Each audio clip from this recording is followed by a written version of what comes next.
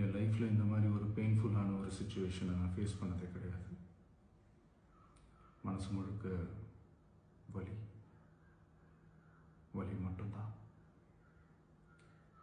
இந்த சுற்றுப்பயணத்தில் என்னென்ன மக்கள் பார்க்க வராங்க, அதுக்கு ஒரே ஒரு காரணம் தான், அவங்க என் மேலே வச்சிருக்கிற அன்பும் பாசம். அந்த அன்புக்கும் பாசத்துக்கும் நான் எப்பவும் கடமைப்பட்டிருக்கிறேன். அதனால தான் இந்த சுற்றுப்பயணத்தில் மற்ற எல்லா விஷயங்களையும் தாண்டி மக்களுடைய சேஃப்டி, அதில் எந்த காம்ப்ரமைஸும் பண்ணிடக்கூடாதுன்றதுக்காக தான் அது என் மனசில் ரொம்ப ஆழமாக இருக்கும் அந்த எண்ணம்.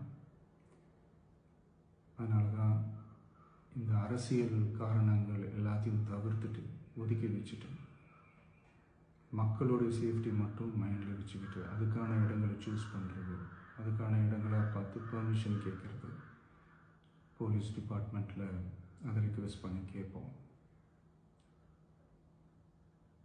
ஆனால் நடக்கக்கூடாதது நடந்துருச்சு. ஆனால் மனுஷன் தானே, அந்த நேரத்தில் அத்தனை பேர் பாதிக்கப்பட்டு இருக்கும்போது எப்படி அந்த ஊரை விட்டுட்டு என்னால் கிளம்பி வர முடியும்? நான் திரும்ப அங்கே போகணும்னு இருந்துச்சுன்னா அதை ஒரு காரணம் காட்டி அங்கே வேறு சில பதட்டமான சுச்சுவேஷன்ஸ், வேறு சில அசம்பாவிதங்கள், அந்த மாதிரி எதுவும் நடந்துடக்கூடாதுன்றதுக்காக தான் நான் அவாய்ட் பண்ணேன். இந்த நேரத்தில் சொந்தங்களை இழந்து தவிக்கிற அத்தனை குடும்பங்களுக்கும் என்னுடைய ஆழ்ந்த இரங்கலை தெரிவிச்சுக்கிறேன். எனக்கு தெரியும், என்ன சொன்னாலும் இது ஈடேயாகாதுன்னு எனக்கு தெரியும். ஹாஸ்பிட்டலில் ட்ரீட் பண்ணிகிட்ருக்கிற எல்லாருமே சீக்கிரமாக க்யூர் ஆகி வரணுன்றதை இந்த நேரத்தில் நான் வேண்டிக்கிறேன். கூடிய சீக்கிரமே உங்கள் எல்லாரையும் நான் சந்திக்கிறேன். இந்த நேரத்தில் எங்களுடைய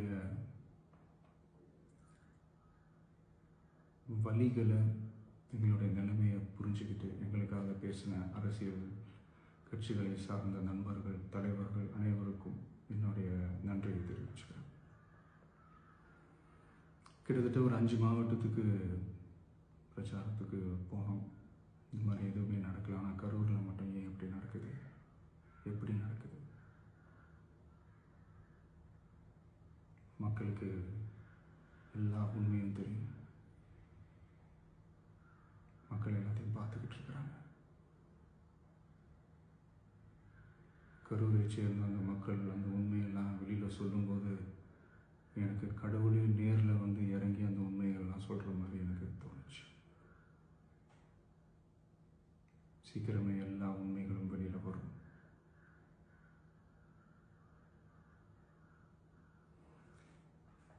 எங்களுக்கு தரப்பட்ட இடத்துல நாங்கள் போய் அந்த ஸ்பாட்டில் நின்று நாங்கள் பேசிட்டு வந்தோம். அதை தாண்டி எந்த தவறும் எங்கள் சைடில் நாங்கள் எதுவுமே செய்யலை. பட் இருந்தாலும் எங்கள் கட்சியை சேர்ந்த நிர்வாகிகள், தோழர்கள் மேலே எஃப்ஐஆர், அது மட்டும் இல்லை சோஷியல் மீடியாவை சேர்ந்த நண்பர்கள், தோழர்கள், அவங்க மேலே எஃப்ஐஆர்லாம் போட்டு இப்போ பிடிச்சிட்டு இருக்கிறாங்க.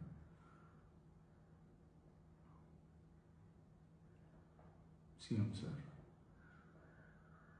உங்களுக்கு ஏதாவது இந்த பழி வாங்கணும் அப்படின்ற எண்ணம் ஏதாவது இருந்துச்சுன்னா என்ன வேணாலும் பண்ணுங்க.